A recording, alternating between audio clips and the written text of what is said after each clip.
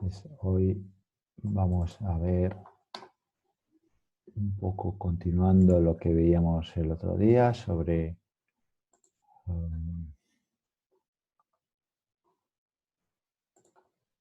diodos sobre diodos reales, ¿no? El comportamiento de un diodo real. Habíamos visto que, por ejemplo, si tenemos en consideración lo que es la recombinación dentro de la zona de vaciamiento, pues tendremos una situación en donde ya no tenemos exclusivamente una dependencia, no solamente una dependencia exponencial, sino que me cambia un poco el argumento del exponente. En lugar de tener un v entre vt, tengo aquí un v entre 2vt. Eso debido a la corriente extra que se me recombina, ¿no? Y debido a la recombinación que tenemos dentro de esa zona de vaciamiento. Si no tenemos en cuenta esa recombinación, este término será despreciable. Entonces tenemos el modelo ideal que tiene la misma forma, excepto, ¿no?, que en el argumento no hay este 2. Entonces habíamos comentado que se suele utilizar una sola expresión exponencialmente dependiente con la polarización, en donde el término O1 o 2 se deja con un factor n empírico que se llama el factor de idealidad. Entonces, dependiendo de la zona de operación en la que esté operando, esté funcionando esa unión Pn, pues tendremos un valor más parecido al 2, ¿no?, como por ejemplo para tensiones de polarización altas, o más parecido al 1 si esas tensiones son relativamente bajas. Si la tensión es baja, entonces el perfil de portadores será más pequeño, ¿no? Recordamos un poco este perfil, de portadores que tenemos cuando polarizamos la unión Pn en directa. Pues cuanto más grande sea esa tensión en directa, menos campo eléctrico que evite la difusión y mayor será el número de portadores que yo pueda encontrar en la zona de vaciamiento. Recordad que la zona de vaciamiento será más estrecha, el campo eléctrico será más pequeñito y se hace más pequeñito porque al haber más portadores tenemos más compensación de impurezas, ¿no? Por tanto, se reduce esa zona de polaridad. Si aumentamos la tensión en directa, aumentamos los perfiles, ¿no?, por encima de los valores que tendríamos a tensiones bajas, ¿no?, o a tensión cero, que sería esta línea de puntos, y por tanto aumenta la recombinación. Ese término que habíamos dicho que podía ser asumible que la recombinación fuese despreciable, pues será cierto para esas tensiones bajas, pero a medida que esa tensión aumenta, pues deja de ser cierto, ¿no?, o de cada vez es menos cierto, ¿no? Entonces tenemos, perdón por el baile de transparencia, entonces tenemos esa variación de esa n minúscula, de ese término empírico, ¿no? Aparte de estas características de dependencia exponencial variable, tenemos otro fenómeno bastante importante en el diodo, que es el de la ruptura de la unión. Hemos estado viendo, o hemos estado comentando, ¿no?, que nosotros tenemos una corriente del diodo en función de la tensión en directa, pues que es exponencial. Por tanto, tenemos una cosa tal como esta, ¿no? Entonces, crece exponencialmente. Y cuando la tensión de polarización es negativa, pues tenemos una corriente residual muy pequeña y cero, ¿no? Por tanto, yo tengo aquí mi diodo. Recordad, en la flechita, la zona P es la de la izquierda, ¿no? Esta, la del comienzo de la flecha, y la zona N es donde acaba la flecha. Entonces se supone que yo aquí he aplicado una tensión VD.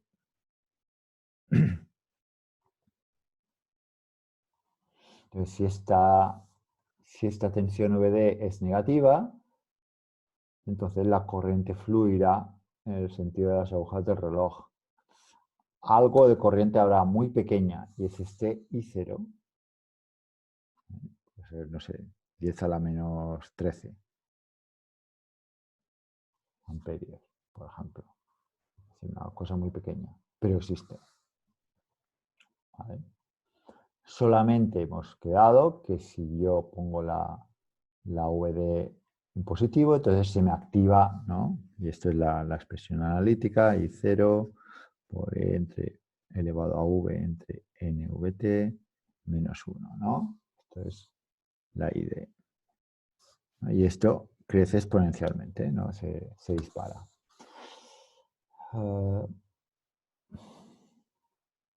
Si yo sigo aumentando en valor absoluto este valor de tensión, pero con valores negativos, si yo sigo aumentando ese valor, pues esta expresión digamos que no es para siempre. Es decir, si yo me voy a valores apreciablemente negativos, habrá un punto, ¿no? Aquí sigo teniendo el I0, habrá un valor de tensión que le llamamos el voltaje de ruptura, el breaking voltage. ¿Eh?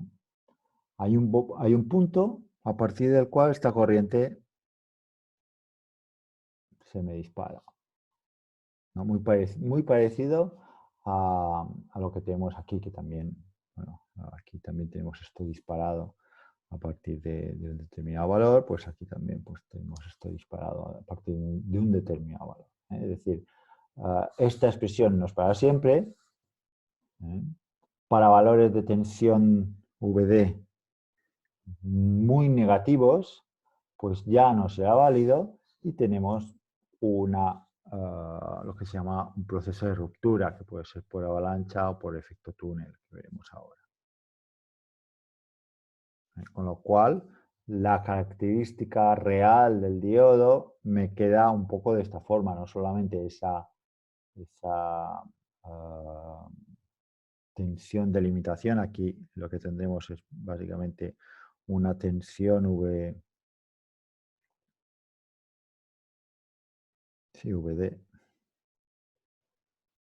a partir del cual se me dispara la corriente y es muy difícil incrementar, aunque sea poco, esa tensión de diodo.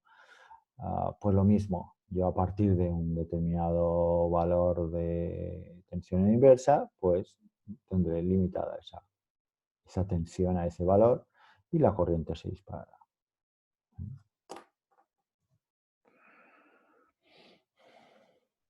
A esta zona le llamaremos la de polarización indirecta y a esta zona la de polarización en inversa, en donde o está saturado con una corriente residual o tenemos una corriente muy relevante. Este proceso de ruptura sucederá cuando el campo eléctrico, ese campo eléctrico máximo que tenemos dentro de la zona de vaciamiento, sobrepasa un determinado valor crítico, un umbral. Cuando sobrepasa ese umbral, entonces hay un proceso de avalancha. O de avalancha o un proceso de efecto túnel. El proceso de avalancha es el siguiente. Si yo aumento mucho el potencial en inversa, lo que estoy haciendo es aumentar la zona de vaciamiento y también, a su vez, aumentar el campo eléctrico interno. Y eso puede hacer que la poca corriente que circula por ahí, ¿no? Esa corriente que decíamos que es mínima, ese 10 a la menos 13 o ese 10 a la menos 12, esa corriente ínfima que me circula por la zona de vaciamiento, pues esos portadores se aceleran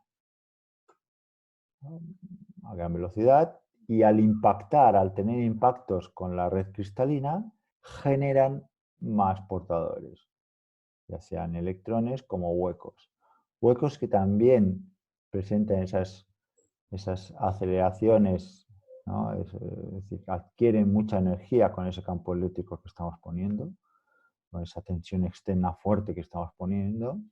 Esa tensión externa se traduce en movimiento cinético de esos portadores que al impactar generan una avalancha de nuevos portadores que a su vez generan nuevos portadores, etcétera, etcétera. Esto es un proceso realimentado y hay un valor crítico de campo eléctrico a partir de lo cual esto va a pasar, ¿no? Que será pues, un valor concreto que proporciona a los electrones la energía suficiente como para ionizar de forma apreciable los, las, los núcleos atómicos con los cuales vaya a colisionar. Este es un proceso. Este proceso de ruptura, que se llama ruptura por avalancha, tiene varias características. Uno es que, primero, la unión PN suele estar, suele utilizar uniones relativamente poco dopadas. Las tensiones a las cuales se crea esa ruptura son tensiones elevadas o relativamente elevadas en relación a un segundo mecanismo que ahora luego explicaremos.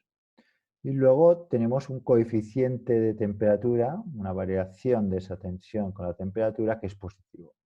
Esas son un poco las características de ese mecanismo, porque hay un segundo mecanismo que es característico de esas uniones que están muy dopadas, ¿no?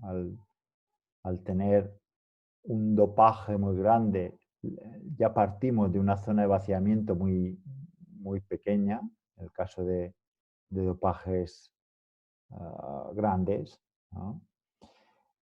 Y al poner la tensión en inversa, lo que tenemos es que vamos a activar un mecanismo de transmisión de corriente por efecto túnel. Es decir, los electrones de valencia que tenemos aquí, que están pues eso, en sus órbitas en la capa más externa, pues pasan a la banda de conducción, pero de la zona N por efecto túnel, ¿no? Porque se estrecha lo suficiente, de la forma suficiente como para que este mecanismo tenga un valor apreciable de corriente.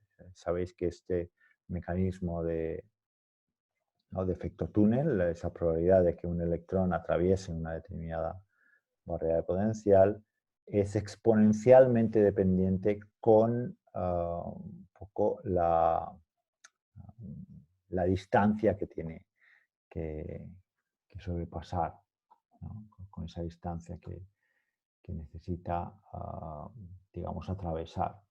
Entonces, cuando yo tengo esa unión muy dopada, esa zona es relativamente estrecha y ese mecanismo se activa si tenemos una tensión umbral, ¿no? Si tenemos una tensión de polarización en inversa suficientemente grande como para que pues eso, este mecanismo se active. Las tensiones de ruptura suelen ser relativamente bajas en relación otro mecanismo, ¿no? Del orden de los 6 voltios o inferior, o por ahí.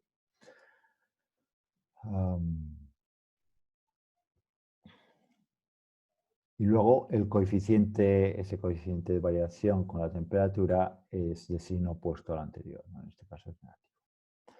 ¿Cómo calcular esa tensión, ¿no? Dentro de esta gráfica? ¿Cómo calculo esa tensión? Dado que conozca ese campo eléctrico de ruptura. En este caso para el silicio tenemos 3 por 10 a la 5, ¿no? Una tensión de un campo crítico de 3 por 10 a la 5. Bueno, pues me voy a las transparencias anteriores, al paquete de transparencias anterior, para mostrar el ejemplo con el cual estábamos trabajando el primer día. Ahora estoy en las primeras transparencias. Si recordáis, había este ejemplo de una unión PN y nos ponían unos cuantos números, ¿no? Unos dopajes que son, bueno, relativamente pequeños. Un dopaje, una VT, porque estamos a temperatura ambiente, pues 25 milivoltios, y obteníamos una serie de valores, ya sea la tensión de built-in o ya sea el campo eléctrico máximo, ¿no? Claro, aquí con el campo eléctrico máximo ya tengo una idea de si esto está por encima o por debajo de ese campo eléctrico de ruptura. Si os acordáis en la transparencia que acabamos de ver, ¿no? La transparencia anterior que veíamos, ese campo crítico era del orden de 3 por 10 a la 5. Fijaros que tampoco le falta mucho, ¿no? Un factor 10. Si yo de alguna forma multiplico por 10 ese campo eléctrico, pues pasaría a ese valor de ruptura para este ejemplo.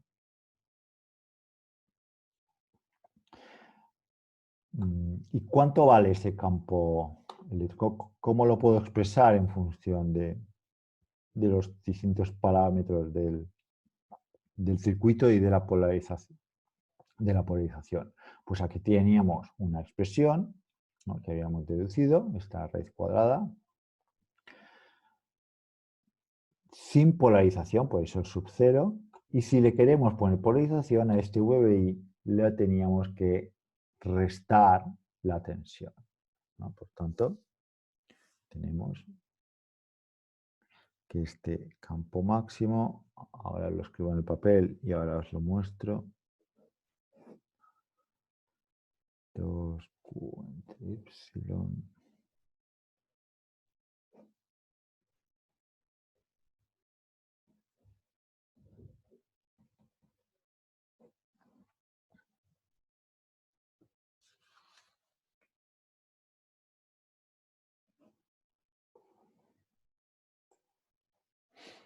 Tenemos esta expresión para el campo máximo dentro de la zona de vaciamiento en función de mi polarización externa indirecta.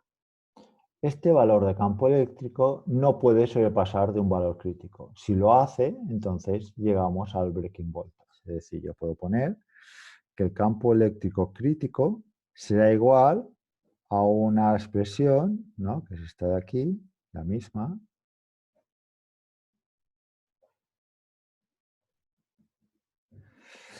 en la cual hemos forzado un valor de tensión, ¿no?, esta tensión igual a menos BV, la hemos puesto negativa y hemos llegado al breaking voltage que estoy buscando. No sé cuánto vale, pero es un valor tal que, sumado a este VBI, me da la tensión, el campo eléctrico crítico. Por lo tanto, despejamos el BV, pues será igual a este campo eléctrico crítico al cuadrado, epsilon n más n, a d, entre 2q n por n, a d, más tensión de built-in, ¿no? Ya tenemos una expresión analítica.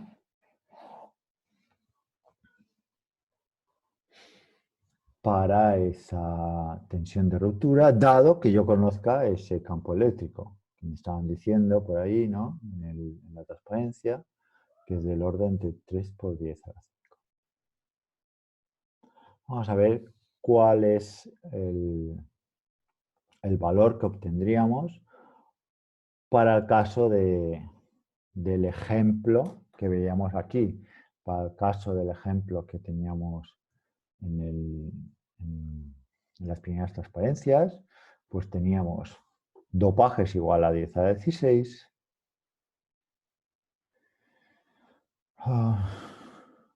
Luego necesitamos la permitividad eléctrica. La permitividad eléctrica del silicio, en este caso, es 12 veces la permitividad en el vacío. Este valor de 12 se refiere a la permitividad relativa, ¿no? Por tanto, perdón, esta epsilon, ¿no? Que es un poco el valor que me falta. Esta epsilon lo ponemos como el epsilon relativo por el epsilon 0. ¿No? Y para el silicio, esta epsilon relativa es igual a 12. Ahora solo necesito saber el epsilon 0, ¿no?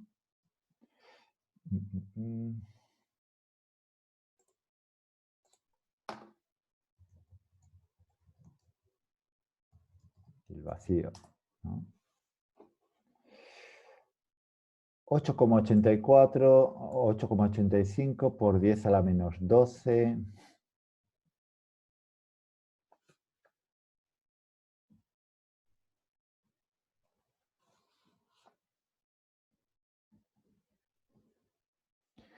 Faradios metro.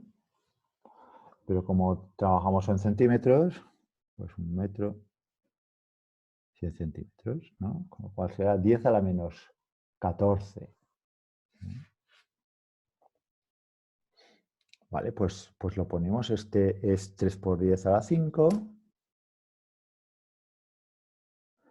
Vamos a la calculadora.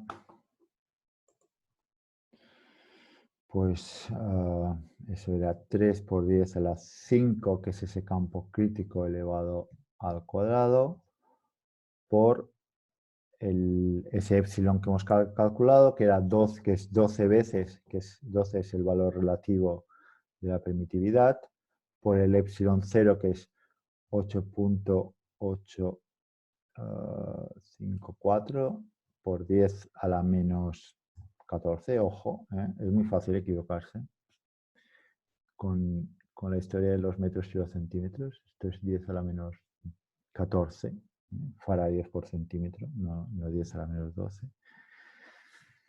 Por la suma que era 1 por 10 a la 16 más 1 por 10 a la 16, esto era la suma de los dopajes, dividido por 2 veces la carga del electrón, que es 1,6 por 10 a la menos 19. Importante saber elegir cuando la carga del electrón es 1 o cuando la carga del electrón es 1,6 por 10 a la menos 19 coulombios. En este caso, si estoy trabajando con este valor en sistema internacional de epsilon, ¿no? De permitividad, con faradios por centímetro, esos faradios ahí está la carga del electrón en coulombios, de alguna forma. Por tanto, aquí, como estoy utilizando faradios por centímetros, necesito utilizar coulombios para luego, al final, me dé voltios, ¿no? Al final necesito un valor en voltios. Por tanto, aquí no le puedo poner Q igual a 1, como a veces si ponemos un Q igual a 1. Bueno, seguimos con la fórmula, luego teníamos la fórmula que he escrito en el papel, luego teníamos producto de los valores de dopaje de impurezas, eso es 1 por 10 a la 16 por 1 por 10 a la 16. Vale, todo eso sumado a la tensión de built-in. Esa tensión de built-in que no la voy a volver a calcular, esto estaba por aquí, 0,67 voltios. Bueno, pues de hecho es menos la tensión de built-in, no sé por qué aquí le he puesto un más. Menos 0,67. 0,67. 59 voltios.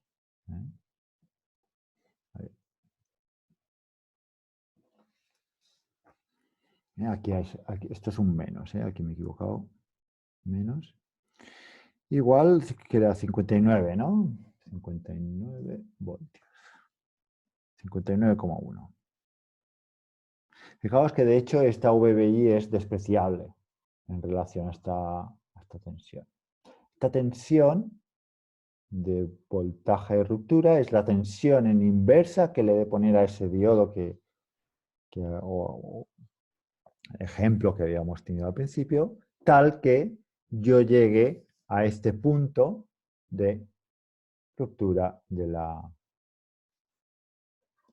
zona de vaciamiento, ¿no? Y se me busca en este caso, avalancha. Estos valores grandes de tensión suelen estar relacionados con el proceso de ruptura en avalancha. Por tanto, cálculo de este valor de breaking voltage a partir del campo eléctrico crítico. Simplemente cogiendo la expresión que teníamos para el campo máximo en función de la tensión de polarización, lo despejamos, ¿no? Un valor de V tal que llegamos al campo crítico, pues despejamos ese valor de voltaje crítico. Seguimos. Ahora vuelvo otra vez al segundo paquete de transparencias. Ahora salgo de aquí y me voy al 2, ¿no? A este de aquí otra vez. Hemos visto un poco. Le hemos tenido que poner una ecuación, ¿no? a la transparencia. Con lo cual, la característica corriente-voltaje se me complica un poco más. Es decir, no solamente está la no linealidad de la zona en directa, sino que también está la no linealidad de la zona fuertemente en inversa. Si estoy en un régimen de funcionamiento de tensiones relativamente bajas, pues ya me va bien esta expresión que os hemos puesto aquí. Ya me va bien.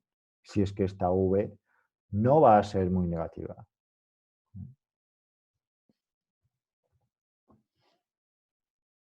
Okay. Pues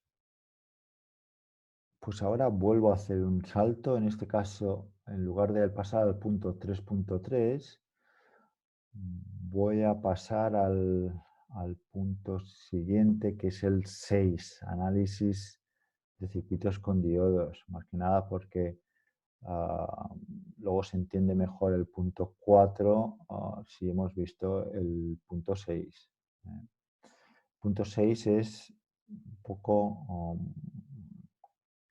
qué técnicas tengo que utilizar para resolver un circuito en el cual están incorporados estos diodos. Veremos el principio de análisis de circuitos con diodos. Desempolvaremos un poco lo que veíais con Miquel Roca en teoría de circuitos. Por tanto, salgo de estas transparencias 2.2 y me voy al 2.3. Disculpad tanto baile. Voy al 2.3, que esto lo tengo por aquí. Análisis de circuitos con diodos.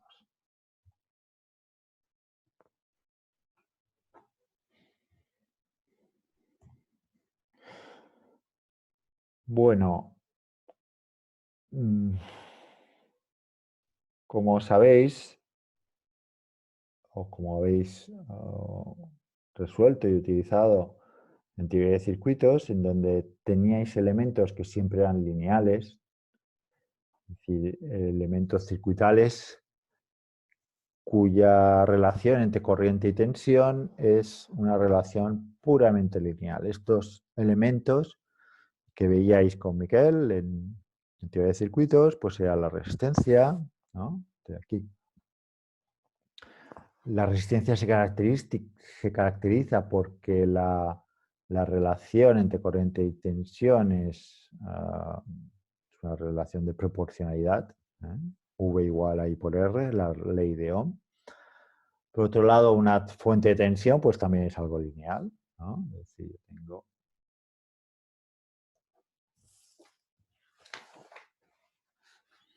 ¿no? la característica IV de una fuente de tensión. Esta es la característica IV de una resistencia, I igual a V entre R. Esta sería la característica IV de una fuente de tensión, ¿no? En donde estamos con una tensión fija igual a la tensión nominal de esa fuente de tensión. Recordad, la primera clase teníamos 4 cuadrantes, 2 de ellos proporcionan energía al sistema, 2 de ellos disipan. Primer cuadrante y tercer cuadrante son cuadrantes de disipación de energía. El segundo y el cuarto cuadrante tenemos generación. Una fuente de tensión, esta sería, ¿no?, para la pila. Una fuente de tensión puede generar, pero también puede disipar. No siempre genera energía o no siempre proporciona energía al resto del circuito una fuente de tensión. Si está pues en un entorno concreto, ¿no? Es decir, si yo cojo aquí uno de 3 voltios, creo que este ya lo puse. Y aquí una de 2 voltios, ¿no? Pues esta de aquí ahora, yo tengo aquí una corriente igual a 0,5 amperios. Por aquí yo tengo una pérdida de energía. Esta está proporcionando energía. Fijaos que hace que la corriente fluya de menos a más, con lo cual va en contra de la naturaleza de la corriente. Por lo tanto, esto está proporcionando energía. Y mientras que aquí la corriente va de más a menos. Por lo tanto, aquí no está no está adquiriendo energía esa carga, sino que simplemente la energía potencial que tenía la está perdiendo. Por tanto, dependiendo de cuál es el cuadrante en el cual esté trabajando, pues o genera o pierde energía.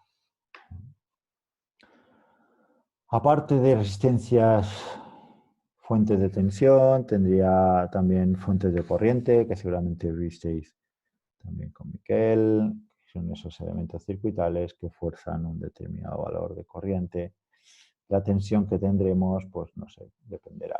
Por tanto, esto es la característica IV de una fuente de corriente de valor I0. También puedo estar en un cuadrante de disipación o de generación de energía o de proporcionar energía al sistema.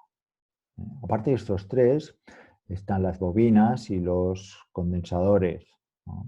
Ya nos iríamos a lo que es el espacio frecuencial, ¿no? A lo que es corriente alterna. Pero bueno, no entraremos en eso, pero que sepáis, las bobinas y los condensadores también son elementos lineales. En el caso del diodo, no. El diodo no es un elemento lineal.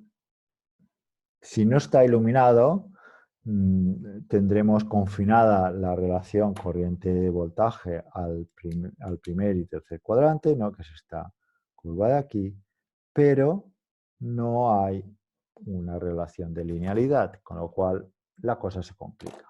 Incluso para un sistema tan sencillo como este de aquí, en donde tenemos una fuente de tensión, una resistencia y un solo diodo, ¿no? Excepto el circuito que tendríamos sin resistencia, y eso sería lo más sencillo que tendríamos. Esto es complicarlo un poquito más poniéndole una resistencia. Pues esto ya no es resoluble analíticamente.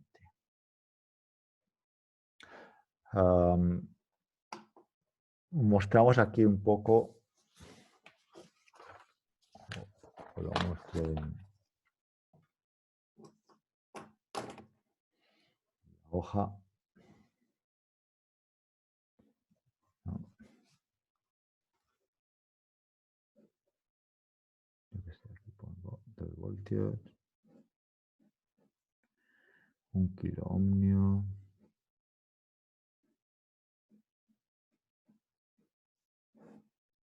Y el diodo. Y 0. Este es ideal.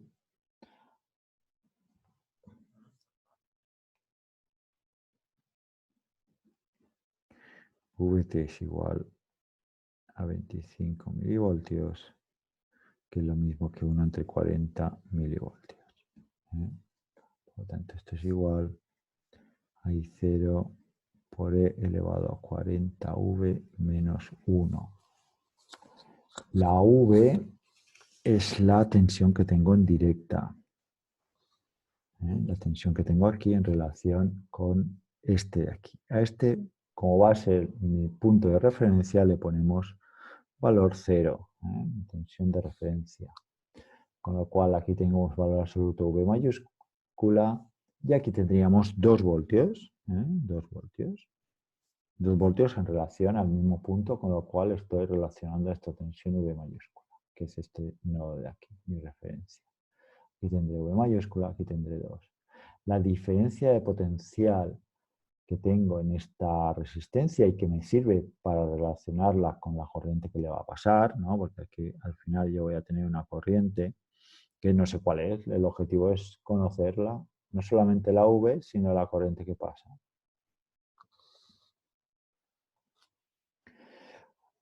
Para poder solventar esto, yo tengo que saber un poco la relación entre I y V aquí. Ya sabemos que por la ley de Ohm tendremos R veces por I será la caída de tensión entre los bornes. R veces por I es la diferencia de potencial que tenemos entre los bornes de la resistencia. Y esto es igual a tensión inicial menos tensión final. La tensión que tengo aquí menos la tensión que tengo aquí. Entonces, ¿por qué? Pues porque ya hemos fijado el sentido de la corriente, en este caso en el sentido de las agujas del reloj. Recordad que en circuitos el sentido que poníamos a la corriente no quita generalidad a la resolución del problema. No me quita generalidad. Porque si la corriente en el fondo va en el sentido contrario, pues yo lo resolveré con una I negativa. Lo mismo decir que tengo 2 amperios que circulan en el sentido contrario de las agujas del reloj, es lo mismo que decir que tengo 2 amperios en el sentido contrario de las agujas del reloj, es lo mismo que menos 2 amperios en el sentido de las agujas del reloj. Con lo cual no quita generalidad, que yo le pongo aquí una flecha o aquí una polaridad. Aquí tampoco estoy diciendo que haya más tensión a la izquierda que a la derecha. El significado en circuitos de un más y un menos entre los bornes de un determinado dispositivo, lo que significa es que yo estoy sumando la tensión que tengo a la izquierda y le resto la de la derecha, y eso es la diferencia de potencial.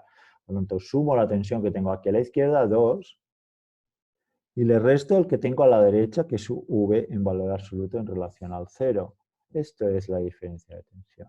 Y me guía el más y el menos, que, repito, es muy común confundirse y pensar que porque yo estoy poniendo aquí un más y aquí un menos, yo estoy diciendo que aquí a la izquierda hay más tensión que aquí.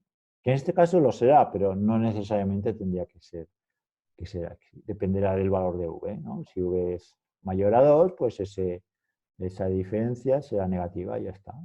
No pasa nada.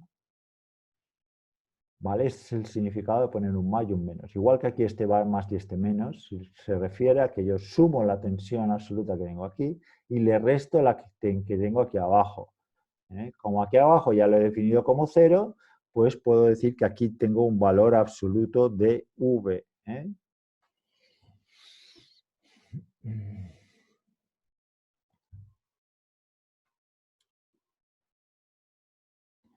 Entonces, creo que en el ejemplo la resistencia es de 1 kilo ohmio, sí, es 1 kilo ohmio.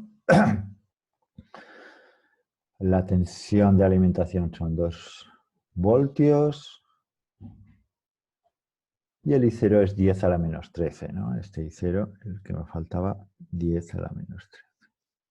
¿Vale? ¿Cómo se resuelve esto? Pues primero, mi corriente que me va a pasar por mi circuito es 2 menos V dividido por R. Esto se ha de cumplir, sí o sí. Me relaciona ahí con la V mayúscula que tengo en el diodo. ¿Y qué hace? Que se cumpla la ley de Ohm en este elemento que he insertado. Esto se ha de cumplir sí o sí. La pega de esta ecuación es que no la puedo resolver porque solo es una y tengo dos incógnitas. La I la desconozco, la V mayúscula la desconozco. La R me la dan, es 1 kilo ohmio, pero estos dos no los conozco. Me falta una ecuación que evidentemente me vendrá de este señor de aquí, que me dice que la corriente I es igual a I0, es decir, 10 a la menos 13, por E elevado a 40V, aquí ya está la V, menos 1. Muy bien. Ahora ya sí. Esto también se ha de cumplir, ¿no? Porque el diodo le gusta seguir esta relación de corriente con tensión. Son dos ecuaciones con dos incógnitas, I mayúscula y V. Solo hay una solución.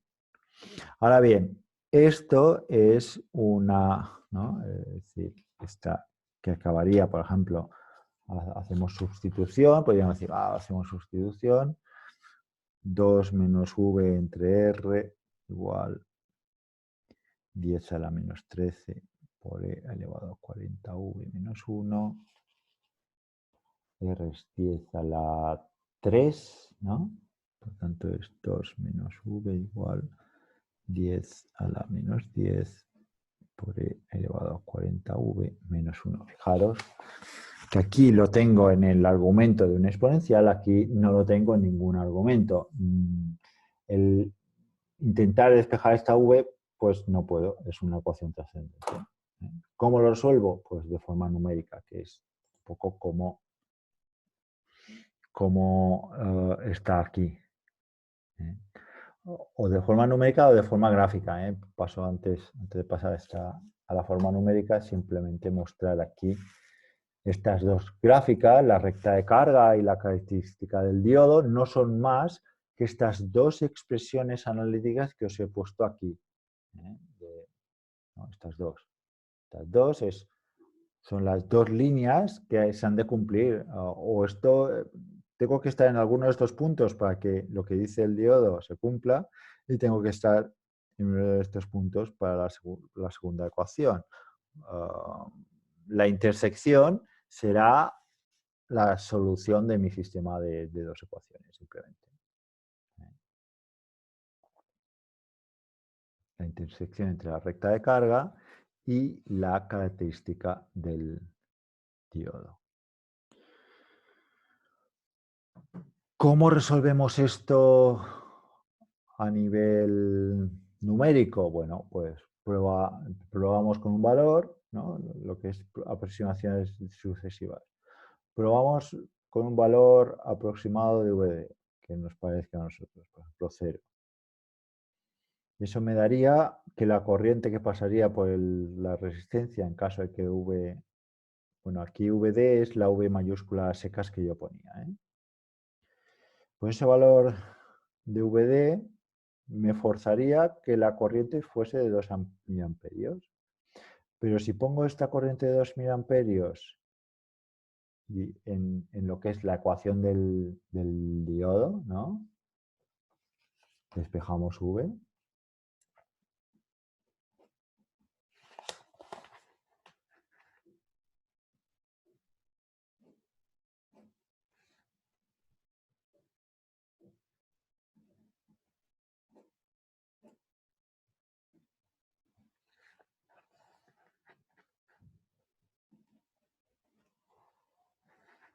Si no me he equivocado.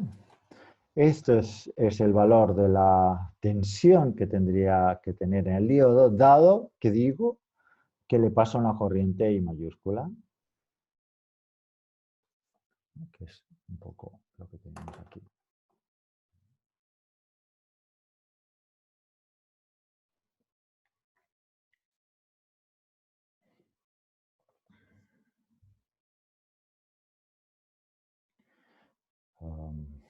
Por lo tanto, le forzamos un 2 aquí, le ponemos un 2 y me da un valor de 0,65. Fijaos que no me coincide con el 0. Aquí decía que era 0, aquí me dice que tiene que ser 0,65. Está claro que no he acertado a la primera con el valor de tensión. Pero utilizo este valor de 0,65 para alimentarlo aquí, sacar un segundo valor de corriente, ponerlo aquí otra vez y sacar un segundo valor de tensión del diodo. Fijaros que se me ha refinado un poquito, ahora se parecen bastante más. Voy tirando así y al final llego a la conclusión de que más o menos tengo 0,64 voltios de diodo en el diodo y 1,36 miliamperios en la corriente que le pasa, ¿eh? Esta convergencia es rápida, es decir, fijaos que con pocas iteraciones ya lo he tenido, pero bueno, no deja de ser un poco engorroso.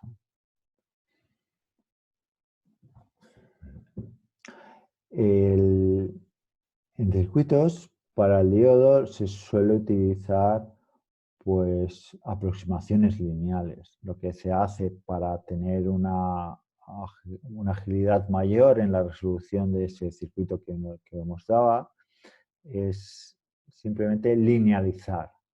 En lugar de coger esa expresión exponencial, dividirlo esto básicamente en dos líneas rectas. Una en la de off, ¿no? Que vendría por aquí y que me dice que la corriente es igual a 0, y otra la de on, que depende del rectificador ideal, el que tiene un umbral, o el de resistencia serie. Este es el más exacto, entre comillas, ¿no?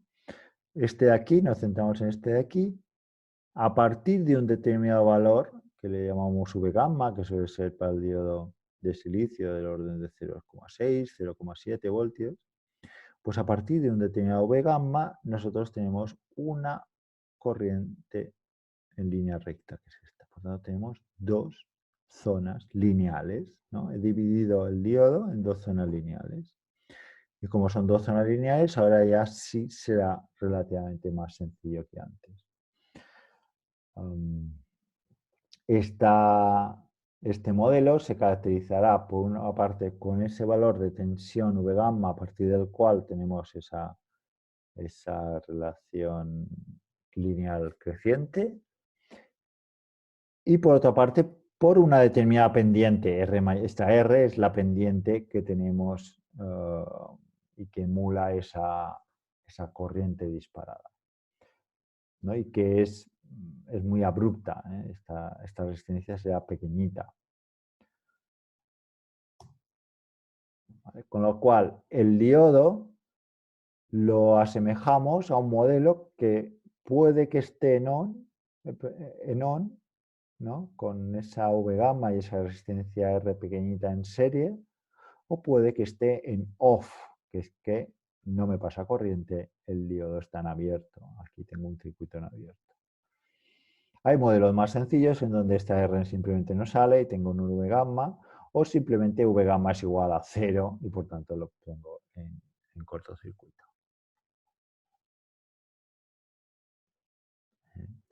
Para diodos de silicio, como os comentaba, el V gamma es más o menos igual a 0,7 voltios. Para otros diodos, pues tendré otros valores característicos. Dependerá del material con el cual vaya a estar hecho este diodo, pues tendremos un V gamma u otro. Entonces, ¿cómo resolver ese ejemplo que teníamos de fuente de tensión y resistencia y diodo en serie? Bueno, no sea tan fácil como si solamente tuviésemos aquí una resistencia, puesto que no conocemos el estado del diodo. No sabemos si está en on o no sabemos si está en off. Aquí hay una ambigüedad. Eso sí que no lo podemos quitar. Y al final, la complejidad del exponencial la hemos reducido un poco, pero nos queda un poco la ambigüedad de en cuál de los dos regímenes voy a operar. Que aquí a lo mejor lo podría verlo, ¿no? Podría decir, bueno, aquí 2 voltios y esto un V gamma de 0,7, pues yo creo que aquí estaría por encima de esos 0,7 y estaré en directa, que es como está.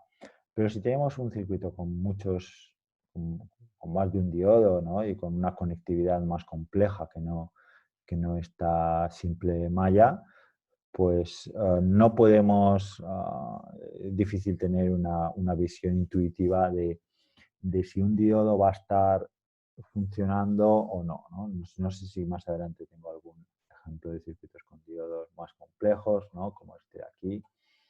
Pues sinceramente, tendría que pensarme un poco si uno está en on o si no lo está y viceversa. ¿Eh? Por tanto, tenemos esa ambigüedad. Puede estar en dos regímenes. Bueno, en el fondo en tres regímenes de operación. Porque recordad que si mi tensión es muy negativa, llego al breaking voltage al BV, pues se me vuelve a disparar la corriente. ¿Cómo lidio con este nuevo régimen? Pues imponiendo otra tensión umbral, además del V gamma, otra tensión umbral, otra resistencia serie, ¿no? Es decir, de forma que tengo zona on y zona off, como en el diodo, el modelo que veíamos antes, ¿no? Este R1 estaría asociada a esta pendiente de aquí, de esta situación en directa, y luego un modelo similar a este, pero para el caso en el cual yo me vaya a tensiones por debajo de,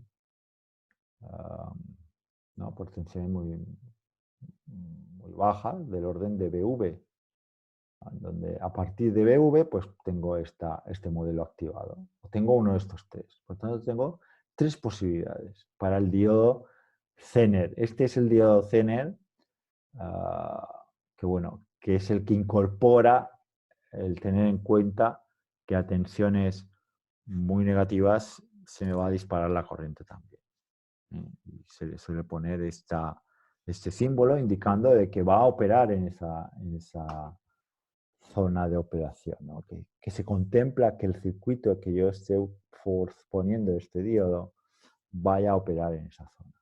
No todos los diodos tienen esa zona de ruptura a partir de una determinada tensión. Pero pondremos este simbolito, ¿no? con esta especie de S para indicar que, pues eso, que hay posibilidades de que en el entorno o con las condiciones circuitales del circuito en donde esté insertado este diodo, pues vaya a operar en esta zona de ruptura.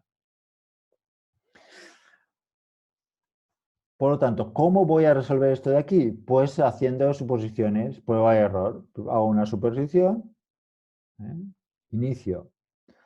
Supongo que está en off. Si esto está en off, pasa una corriente igual a 0, caída de tensión aquí es 0, por tanto aquí tengo 2 voltios.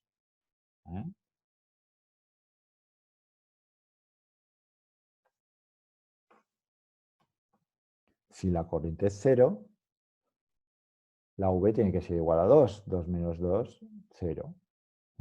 Si estoy en esa situación de diodo en off, por el cual esto es un circuito abierto, no pasa corriente, por lo tanto corriente 0, despejo V igual a 2, porque 2 menos 2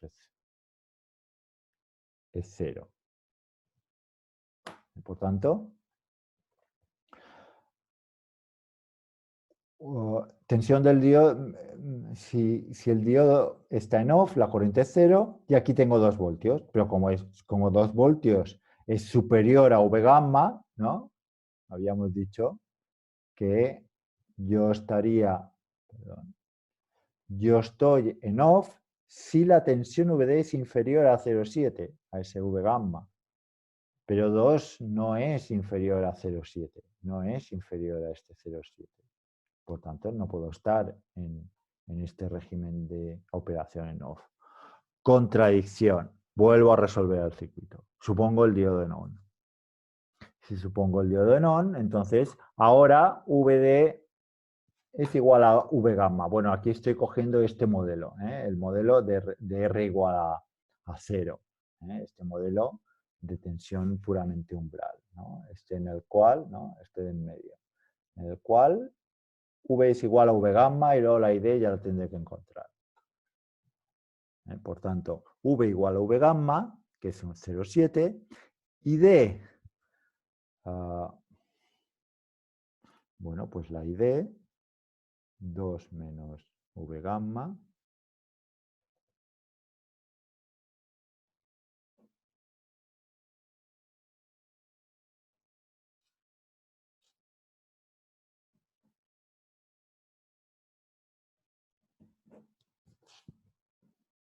dos menos V gamma entre 1000, entre un K, 1,3 miliamperios.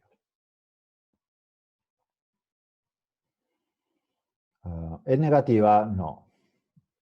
Por tanto, es coherente con la gráfica esta que teníamos para, ¿no?, el modelo de diodo.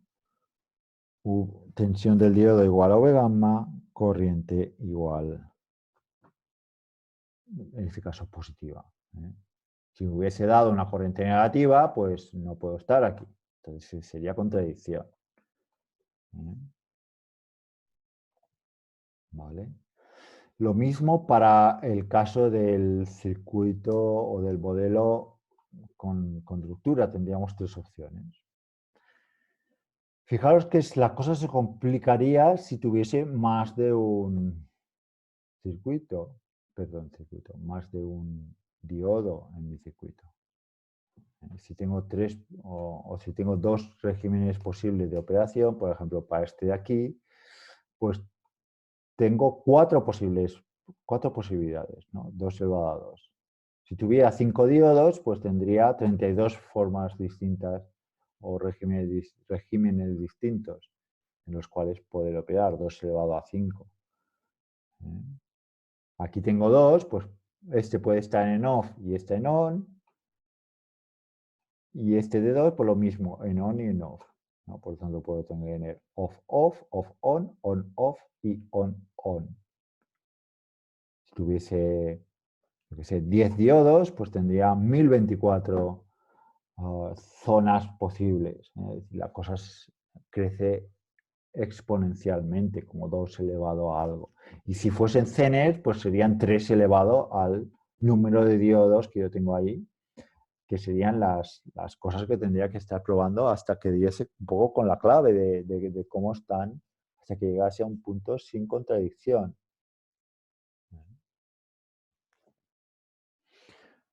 Bueno, pues este es un poco la forma de resolver un circuito con diodos, simplemente linealizándolo. El próximo día, ya será después de vacaciones, pues seguiremos con lo que es el régimen dinámico del diodo y ya partiremos un poco de la base, de esta base de resolución de circuitos con diodos para poder abordar ese tema. Muchas gracias por la atención. Nos vemos mañana en clase.